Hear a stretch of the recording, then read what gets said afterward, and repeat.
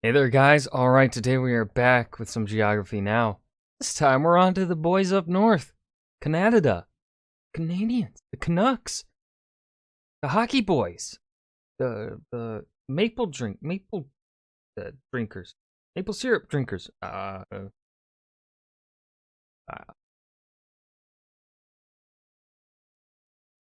Snow people? I mean, I live in the somewhat north of USA where we get a bit of snow, but I mean, Canada, a lot more snow. What else is there to say about Canada? This is probably gonna piss off Canadians. Before we dive into the video, though, about Canada, make sure you go and check out the links below in the description box or in my pinned comment in the comment section. Love it if you join the Discord. Now, Canada. Begin. Only 12 minutes, though. Here at Geography Now, we got over 40 people that emailed us to help out with this episode from Canada. So without further ado, here comes the Canada episode. Yeah! It's time to Geography Now! Hey, A fucking ad interrupted it. Geography, I'm your host, Barbie. A lot of people sometimes have trouble distinguishing between Americans from the US and Canadians. Here's a little analogy. Americans are kind of like teenage boys. They're opinionated, energetic, and confident, whereas Canadians are kind of like teenage girls. They'll be polite to you to your face, but then they'll talk crap behind your back. That being said, let's see if we can dissect the flag. From the Midwest, I feel like we're just as nice as the Canadians, you know? I mean, yeah, they say sorry a lot. So do we. We also say "ope." Do the Canadians say "ope"? Huh? Do ya? You don't. I think you do. Do you? Actually, I think it's a Midwest thing. Maple The flag leaf consists of a red field with a white square in the middle. In the middle of the entire flag lies a single 11-pointed red maple leaf. Red symbolizes the sacrifice during both world wars, and the white symbolizes the peace, tranquility, and neutrality of the country. The maple leaf has historically been a symbol of Canada for centuries, even during British rule. Some Canadians will tell you the 11 points symbolize the provinces, and the last one being for the territories, but that's not really true. That's just kind of how the leaf looks. Also, keep in mind, Quebec would much rather fly this flag instead of the maple leaf, but we'll discuss more about that in... Oh boy, Alright, so Canada is huge. It's the second largest country in the world, so it's pretty safe to say that you can guess that there's going to be a lot of interesting things when it comes to administrative divisions. First of all, Canada is located on the North American continent, right above the United States, bordered by 3 oceans, the Atlantic, the Arctic, and the Pacific on all 3 sides. The country stretches over 6 time zones and is divided into 10 provinces. Yes, people, Newfoundland and Labrador are together 1 province, and 3 territories in the north, the capital of Ottawa being in the province of Ontario. Hold on, why are they... What? Okay, I'm sure he's probably going to talk about the differences between the territories and the provinces, but in case I forget and they don't cover it here, what's the difference between the territories and the provinces? Is there much difference? Ontario. Ooh, now let's have some fun. Now, the thing is, Canada's domain is lavished with sovereignty enigma and semi-autonomous wonder. First of all, let's talk about the border. At over 8,800 kilometers or 5,500 miles, with thousands of markers along the way, Canada and the US have the world's longest border between any 2 countries. Things are a little tame on the east coast, except for that one island they have a dispute with Denmark over, and that one other island within kayaking distance that France refuses to let go of, until you get to the Quebec-Vermont border, and things get a little messed up when you reach Derby Line and Stansted. Since the town was built before modern-day borders were properly established, the town has a variety of houses, businesses, and buildings that lie directly on the border. Haskell Free Library even marks the border in its reading rooms and has an entrance for people on the US side and the Canada side. People of each country must enter on their side, and if they exit on the opposite country, they must stay on the sidewalk and report to the customs office. Failure to do so and stepping on the road can result in arrest. And what the fuck? That seems like stupid, but I mean, like, I get... This delightfully accidental slab of confusion, known as the Northwest Angle, that belongs to Minnesota, mostly owned by the Ojibwe tribe, Minnesota, don't you know? situated on the Lake of the Woods, where you can find the reassuringly perfect getaway spots, Massacre Island, and Little Massacre Island. The rest of the border tries as best as it can to cut straight on the 49th parallel, even though it zigzags a little bit, and 4 airports have runways that either straddle or are exactly parallel to the border. Somewhere around 80% of Canadians live within 100 miles or 160 kilometers to the border of the US, and the further north you go, things just get a little kind of fuzzy and neglected. They still have a little bit of trouble integrating the rest of the land the further up you go. There are only 2 main highways that lead to the Yukon and Northwest Territories from the south, whereas there are virtually no roads leading to any of the provinces or territories into none of it. The only way to get into none of it is to either fly or take a boat. I mean, technically you could walk across the border, but that would suck. Speaking of none of it, Canada has the most northerly inhabited place in the world. Alert Canada, good job, Canada. A perpetually icy, frozen, desolate settlement typically operated by as few as 5 people year-round, functioning as both as a militaristic station and a seasonal research facility. Now, the one thing you have to know about Canada's administrative divisions is that it all kind of constitutionally fits together until you get to Quebec. Although Quebec is still considered a province of Canada, they've made it very clear in the past that they have a strong sense of Quebecois nationalism that many even take to the separatist extreme. Hold on, but isn't that map? I feel like this map's a bit misleading. At least what I understand about the Quebecois whole issue is that it's pretty much just Quebec, like a very small area here, from my understanding, like Quebec City, and then like the immediate area surrounding Quebec kind of have that national, I guess, Quebecois vibe. But like, you know, I never really hear much further out than that. I've always seen it kind of just being in this kind of radius here. Of course, I could be wrong. I don't know much about Canada. Nonetheless, many of Canada's divisions and functions are heavily influenced by the landscape. Such we will discuss in... Okay, so once again, Canada is huge and often referred to as the Great White North. However, not all of Canada is a chilly Arctic tundra. First of all, Canada's physical features are built with a strange yet complementary mix of geological and meteorological... Yes, that's a word. Meteorological facets. Looking at Canada, one of the most notable features that sticks out would have to probably be the Hudson Bay. The second largest bay in the world after the Bay of Bengal, and the largest bay that freezes over in winter. This bay provides a drainage basin that hydrates about half of the entire country and a little bit of the northwest of the US. The strange thing is that the Hudson Bay actually sits on a gravitational anomaly in which gravity here is actually a little bit lower than the rest of the planet's average. It has to do with some kind of sciencey reason about ground convection and ice melt rebound, yada yada yada. Hey guys, want to lose some weight? Try the new workout and diet trend, Hudson 90X. Our diet and workout plan includes going to the Hudson Bay! No, but seriously, almost nobody lives along the Hudson Bay. It's almost impossible to build roads with the rugged, splotchy rock landscape with too many ponds and lakes getting in the way for any straight highway to be built. Speaking of which, at around 2 to 3 million, it's actually speculated that around 60% of all the world's lakes and about 30% of all the world's fresh water can be found in Canada. Tap water can actually have better quality than bottled water in Canada. This has to do largely with the domineering, freckly crevice zone that takes up about half of the entire country, the Canadian Shield. The Canadian Shield is a wide plateau of exposed Precambrian igneous rock that harbors little soil. That was a lot of scientific jargon there, Barbie, that I have absolutely no clue what it means. And I got like 100% in my college geography class.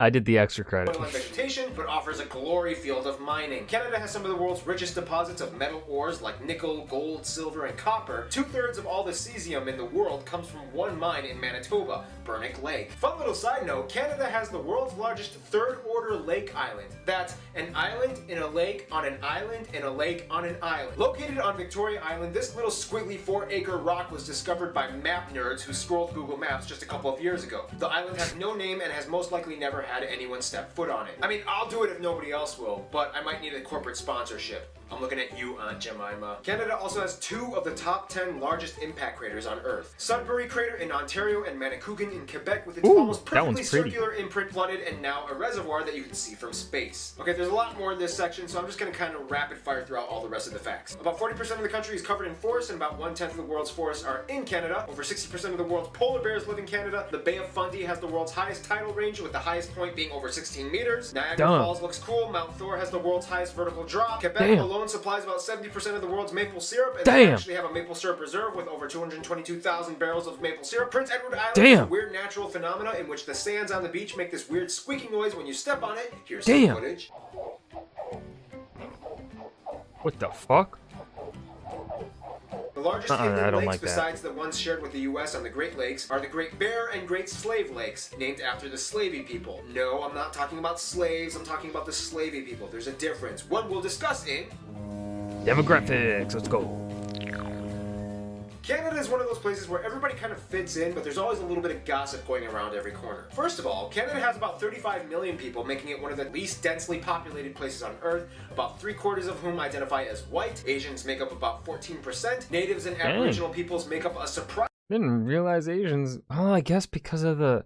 You know what? America does have a long history of bringing Asians over, especially in the 1800s and early 1900s, especially the Chinese.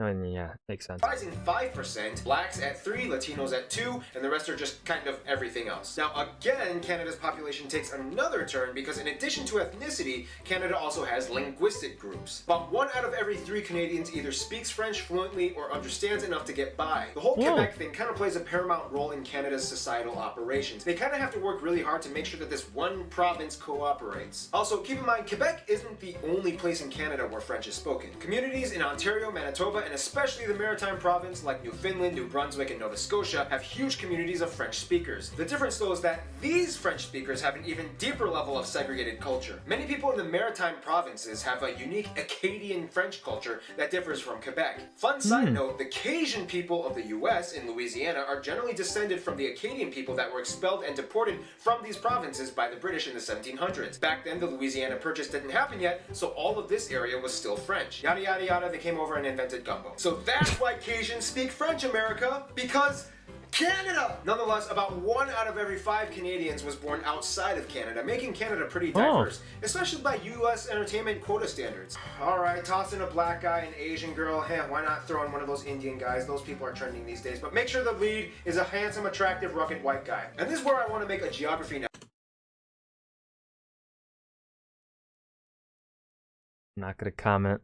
Not gonna comment. Canada has a somewhat shrouded community of under-highlighted individuals that typically go unnoticed even by Canadians. Sure, we can talk about Toronto, Vancouver, heck, even Calgary has some chips on the table, but nobody really gives these guys a chance. So Yukon, Northwest, none of it, I'm putting you guys on display. Altogether, the population of all 3 of these territories is only about 110,000 people, making it the most sparsely populated area of all of Canada. First of all, Indigenous peoples of Canada number about 850,000 and altogether have about 630 reservations speckled throughout the entire country. The largest reserves are located in these territories. Indigenous people in Canada are generally categorized into 3 separate groups: the First Nations, the Métis, and the Inuit. The Métis are mixed-race Indigenous, the First Nations are generally southern tribes that typically live in forested areas, and the Inuit are straight-up Arctic folk. Here's how you can kind of distinguish the 3 territories. Yukon is predominantly white, the Northwestern Territories has a lot of First Nation tribes, like the Slavey people who can be found close to the Great Slave Lake, although many of them prefer to be called the Dene. Cool side note, the Navajo tribe in the US to some extent trace their heritage to these people. See how everything is connected, people? Finally, we reach Nunavut, which is almost exclusively Inuit. The Northwest Territories and Nunavut actually used to be part of the same territory, but then in 1999, Nunavut was like, I ain't having none of it, and became its own thing. No, but seriously, Inuit culture is one of the most underrated and culturally fascinating things you'll ever encounter. They speak Inuktitut, a cousin of the Greenlandic language. They can pretty much understand each other, and they have their own written script that you can find on street signs and traffic posts. They have a long history of vibrant traditions, rituals, games, music, and even cuisine. If you ever come here, make sure you try some whale blubber and watch a throat game song which looks like this. What a great way to make friends. Which takes us to... Canada is friends with everyone. The end. No, Okay, I thought he was actually ending it there, but then I saw the time. There's still time. Let's elaborate just a little bit more. Okay, so Canada does kind of typically maintain a foreign policy that does encourage diplomacy outreach to pretty much every country that they can grab at. Heck, they even had good ties with Cuba after the US put an embargo on them. Nonetheless, Canada's relations kind of typically shadow those of the US. Allies with the same allies, and opponents with the same opponents. I mean, have you seen the movie Argo? First of all, Canada is not only part of the... I really like the movie Argo. It's a good Commonwealth, but the Commonwealth realm, yes, there's a difference. So in general, they pretty much get along with everything that was once part of the British Empire. Then you get the Francophone countries that also gel well with Canada as well. The funny thing is, although the US complains about the immigration procedures of Mexicans into the US, Canada is actually trying to coerce and entice Mexicans to come in. With its low birth rate and a need for a bigger workforce to assist the aging population, Canada has relaxed its immigration and visa policies in order to gain skilled workers, and specifically from the Central American regions. Flyers and advertisements are spread all over Mexico encouraging them to move in. Of course, when it comes to those closest to them, Canada does have their top pick. The United States. Let's Some go. say Canada is like the little brother USA, of the US. Some say USA, it's USA, number one, number one. like the best friend, but in all honesty, Canada and the US are kind of like teenage high school sweethearts. Canadians and Americans have been there for each other since day one. The US... It's true. You can, there are, if you go to the deep web, you can find these photos.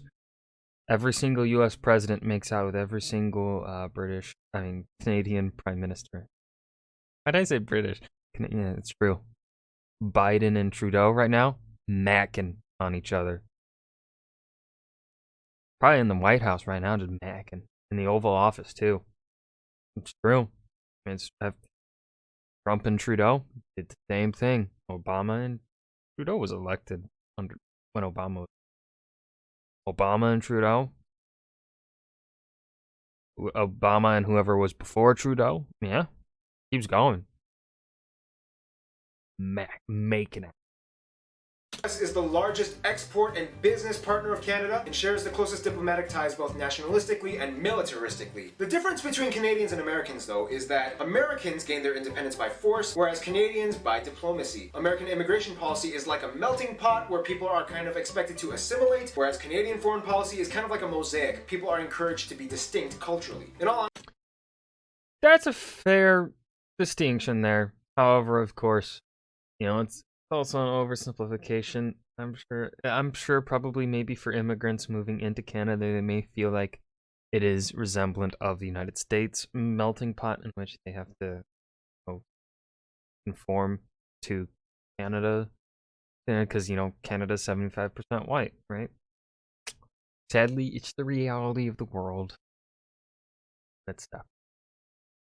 Honestly, though, they are kind of like... But of course, again, even what I just said is an oversimplification because there are many places in the United States where you can be very, culturally distinct.